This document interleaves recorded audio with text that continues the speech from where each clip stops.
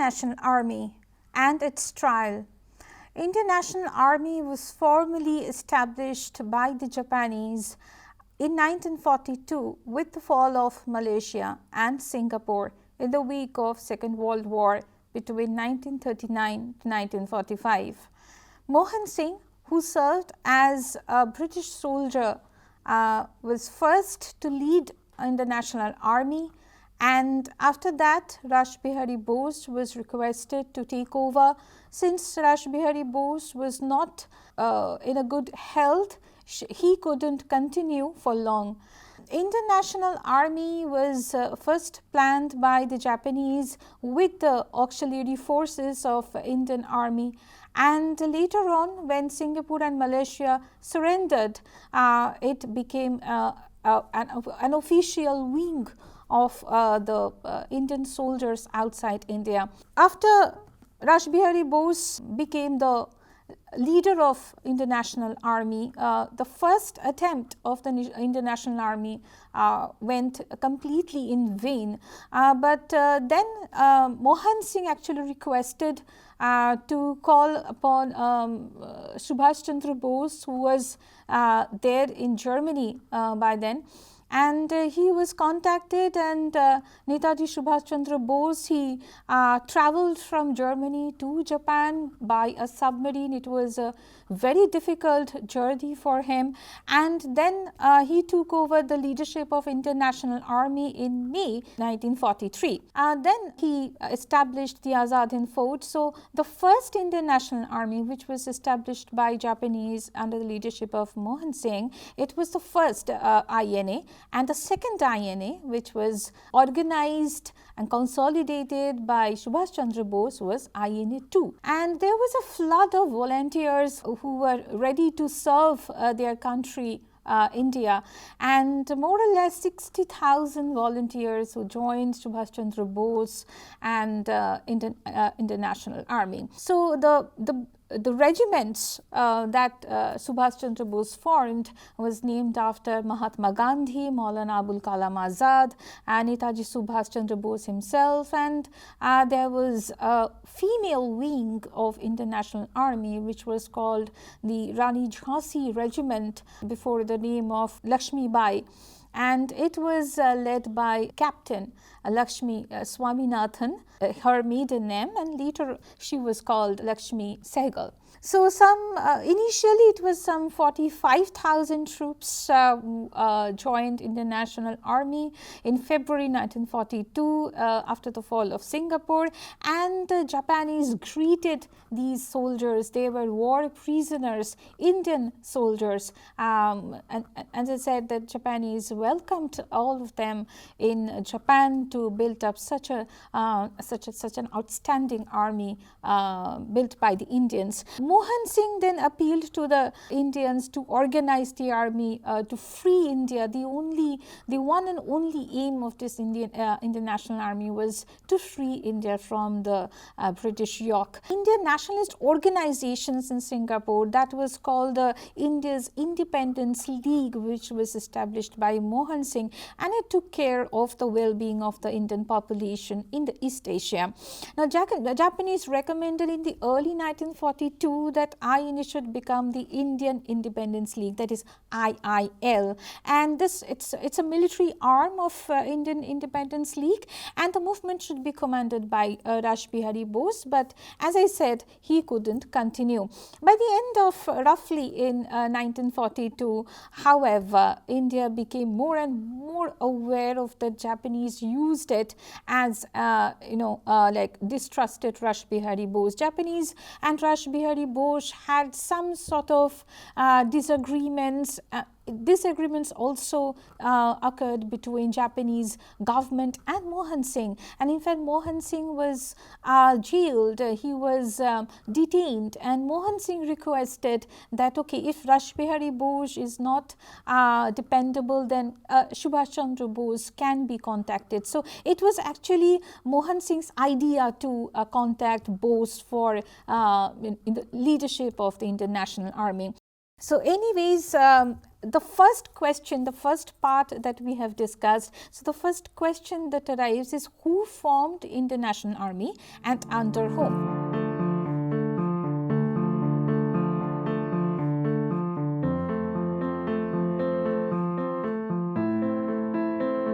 So the second part will begin with the answer of the question that we ended with, is that Japanese and Mohan Singh, under Mohan Singh's leadership. Now coming to Subhas Chandra Bose's contribution, and Subhas Chandra Bose, who was a revolutionary, no doubt, and he led the nationalist movement. He had a lot of disagreements with Mahatma Gandhi. We will not discuss in today's topics context. So we can start with Subhas's detention, home detention, and how he fled to Russia, and from there he met also Hitler, and then Hitler actually didn't want to help Subhas Chandra Bose for India's freedom, so he was a little bit disappointed about Hitler's approach, and then he was planning to take help from Russia, from Stalin. But as we all know that though Subhas Chandra Bose went to Germany to meet Hitler, he was not a believer of fascism. He was a very much democratic person and never believed in dictatorship. So born in Bengal, as we all know that Bose studied in Presidency University, and later he went to Cambridge, and he also passed the Indian Civil Service, but he sacrificed everything for his own countrymen. And in 1938, at the session called Haripura Congress, he was elected the Congress president, but just in the next year, in 1939, at the Tripuri Congress, there was a conflict, ideological conflict between Bose and Gandhi. And Gandhi wanted his candidate, Sitaramaiah, to win the election of being the president of Indian National Congress, but Bose was so much popular that he actually succeeded in gaining support from all over the country, not only from Bengal, but from southern part of India, from western part of India, from northern, everywhere there was huge support for Netaji that was coming out. And Sitaramaiah lost the election, and Gandhi said it was actually his humiliation. And Bose later tried for this 3 months to convince Gandhi, but Gandhi was not convinced, and then Bose, he gave up as the president of Indian National Congress, and then Bose formed the Forward Bloc, which was a very small party inside Congress. It was not a something outside Congress, so it vowed that it will work under Congress auspices. But later, when Subhas Bose found that it's not working for India's independence, and he used to believe in armed struggle, so he this was his ideology, and that is why Bose and Gandhi actually clashed over these ideological issues. And then Japanese, as I said, we're coming back to when Rash Bihari Bose denied to take over the Indian National Army's lead, then Japanese came back to Bose in January 1943, and they appealed to him to lead East Asia's Indian nationalist movement. On 8th February particularly, he took over the Indian National Army's leadership, and he arrived in Tokyo in 1943, and in March 1944 he hoisted Indian national flag in Kohima, Nagaland. Coming to the next segment, that is the temporary Azad Hind government that he, actually provisional Azad Hind government it's called, that he established, and this government was, when the government was formed, it gained support from all over the world, not only Germany but also Italy, Russia supported this provincial Azad Hind government, and 8 more countries that poured their support for this government, and there was a radio, Azad Hind radio, that Bose every day used to speak on that radio, try to communicate with the people of his own country, because he is thousands miles away from his country. And however, as the war progressed, the Second World War progressed, the Japanese retreated and were defeated. That was a huge jolt for NetajiSubhas Chandra Bose, because initially he believed that the Axis power, that is the Rome, Berlin, Tokyo Axis power, is going to win. But when it was defeated with the Allied powers means the British, the French and the Americans and Russians, when it was defeated, Bose found that INA will be not aided or supported by Japanese anymore. But the center of the war that shifted from Europe to Asia, from Germany to Japan. So Japan and America, these two powers were fighting at that point of time, and that was the only opportunity that Subhas Bose got at that point of time. And he just immediately decided that now the expedition, the invasion should begin. And when the news that came to Bose, it was very disappointing for him. Despite his violent principles, Bose's great plan for India's freedom and high idealism, along with international army, that inspired Indian people a lot, because Bengalis are believed less martial than the Europeans. It's a very popular notion that Bengalis are not a martial caste or martial class or martial race. But Bose proved that, actually disproved this theory, and he proved that Bengalis can do better, even better than the martial class of Western India, like Marathas and Sikhs. So he proved that Bengalis can fight, and fight a battle and even defeat the Britishers. That was the most remarkable contribution that INA made. So coming to our next question, when did Bose raise the national flag of India and where? So with this question, our second segment ends.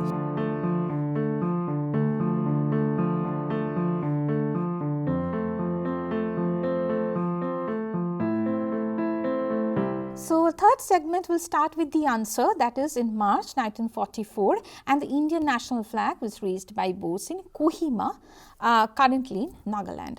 So coming to our third segment, we will discuss about the female regiment of Indian National Army led by Lakshmi Swaminathan and later Sehgal.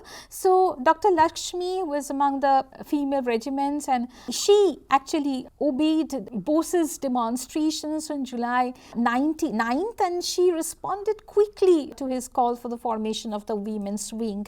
And as I said, this women's wing was named after Rani Lakshmibai of Jhansi, because she led the 1857 mutiny or Sipahi movement, and being a woman, she held up the sword and fight with the British troops. So this regiment was sort of to idealize that Rani of Jhansi, and Bose selected this particular name for this regiment, which is quite apt. So she went around a lot of households and persuading the ladies to join the INA. They presented Bose with the guard of honor, and he was so delighted that he asked Dr. Lakshmi to become the head of that regiment.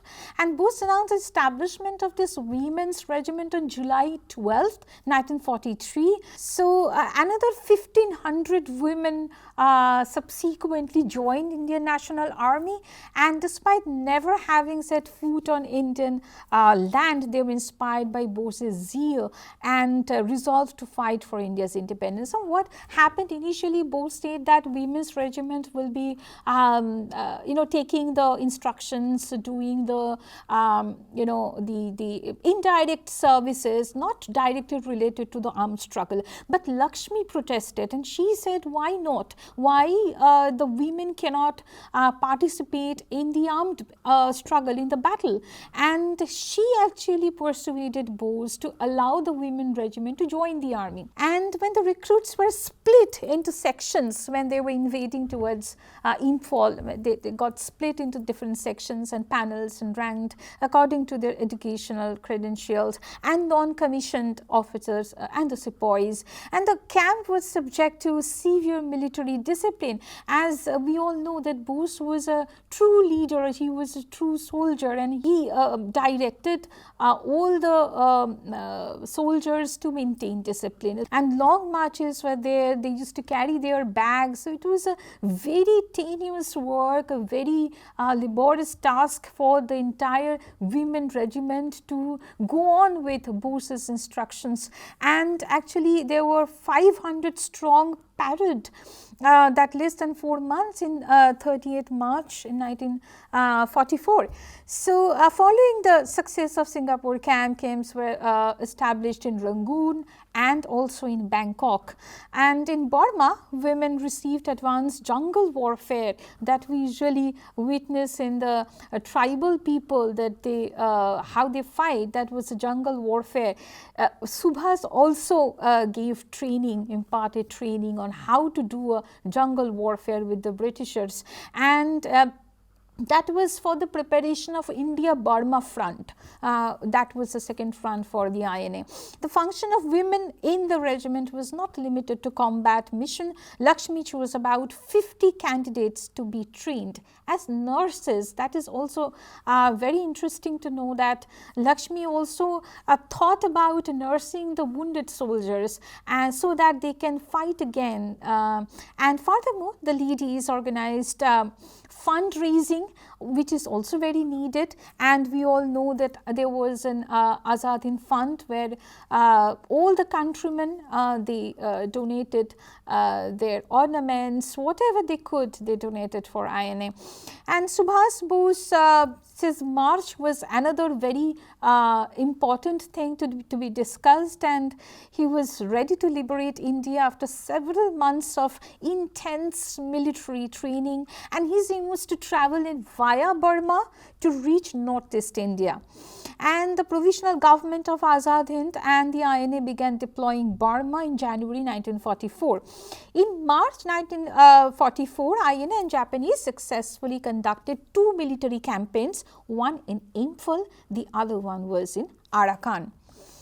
So following that, the Japanese decided that Kohima, the key location of INA, that was with the border of Burma, and then on the other hand, they planned to seize Kohima. And the INA and Japanese, who had run the supplies, ran out of supplies by May, because at that point of time when Second World War was about to end, and Japan was giving a hard fight with United States of America, and Japanese government, they stopped providing help in the later half of the 1944, because they were actually about to be defeated by USA, and Japan stopped supply to the INA because it was needed for their army to fight Second World War. Now, the Japan surrendered in August 15, 1945. With the Japanese surrender, Second World War ended, and Bose remained unfazed despite the loss of an ally. He went straight to the Soviet Union for help, and then this accident is being said to be happened, that when he was traveling to Soviet Union, when he was sent by the Japanese to Soviet Union so that he can bring some help for his INA, and he was at Taihoku airport, and his plane is said to be crashed and he is said to be died, and which is a very controversial theory, that whether Bose was alive or he died. On 18th August 1945, however, his plane collapsed, which is, as I said, which is unwitnessed, which remained unproved till date. And various sources afterwards argued that there was no such plane crash, there was no such accident. So, at the end of our third segment, our question will be, who led Rani of Jhansi regiment?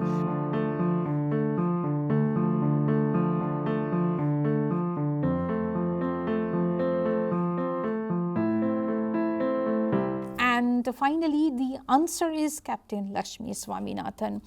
So, coming to our next part of our lecture, that is the trials. And our trials are the most talking point of that time, INA trials, and after that the Indian Navy, they revolted. So, both these incidents actually expedited India's independence in 1947. Anyways, the trial that started in 1945-46, and there was some very important point that should be kept in mind, that INA trial was, there were more or less 10 trials that were organized, and the entire army was divided into 3 parts: black, white and grey. Now, white army men, they were exempted. The grey, they were also exempted, exonerated. But the black, why they were tagged as black? Because there were seditious allegations. They were convicted with the allegation of treason, and that is why only this part of INA, black, that went for trial. And there were a lot of soldiers who by that time, they were very, very popular. And as we all know that Bose never believed in communalism. He never believed in communal division. So, in INA, there was no such caste division, class division, or say division on the religious basis. So, if we give a small instance, we can easily grab the meaning of what I am saying, that 3 most important leaders of INA. One was Shahnawaz Khan. He was a Muslim, then P.K. Sehgal, he was a Hindu, and then Gurbaksh Singh, he was a Sikh. And 3 of them were tried for the first time, and when they were standing up in the court, it was a kind of a symbolization of Hindu-Muslim unity, for which India was witnessing riots every day at that point of time, because of which India was divided. So, these 3 army men, they served India, they fought for India, and now these people are getting tried by the British judges, and they proved that how united they were, even when they are facing the trials. So, by that time, Bose was said to be dead, and the national leaders like Nehru, like Maulana Azad, like Gandhi, they were thinking about Bose's contribution. And Bose was so much popular in India after that rumor came out that he is dead, he is no more. So, there were Tej Bahadur Sapru, there was Bhula Bhai Desai and Aruna Asaf Ali, and of course Jawaharlal Nehru, who wore the garb of lawyers, and they defended these INA army men. And Nehru, after more or less 25 years, he started practicing in a court of justice, and all these congressmen, they joined hands and they vowed to free the INA convicts. And the trials, when the trials were going on, there was a huge movement, protest movements going around the country, inside the country, outside the country, and there were riots on the streets of Kolkata. There were protests, and British troops, they were killing people indisputably, and more or less 200 people were injured in the first trial, during the first section of the trial, and 38 people were died. And finally, the commander-in-chief, Ochin Lake, he was are forced to exonerate all the convicts of INA. He said that he actually wrote to the British government that if we do not free these INA army men, then there will be a huge fire in the country and will not be able to douse that fire.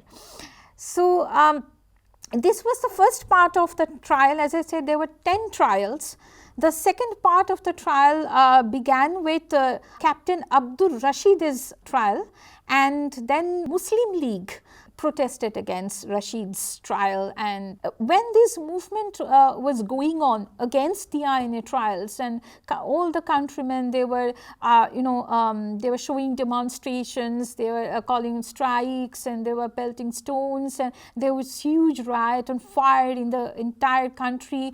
Another very important thing is that all the political organizations, for example, Muslim League, for example, the Rashtriya Swayamsevak Sangh, for example, Congress and communists, they all joined hands to protest against INA army men's trial. And that was a unity that should be observed.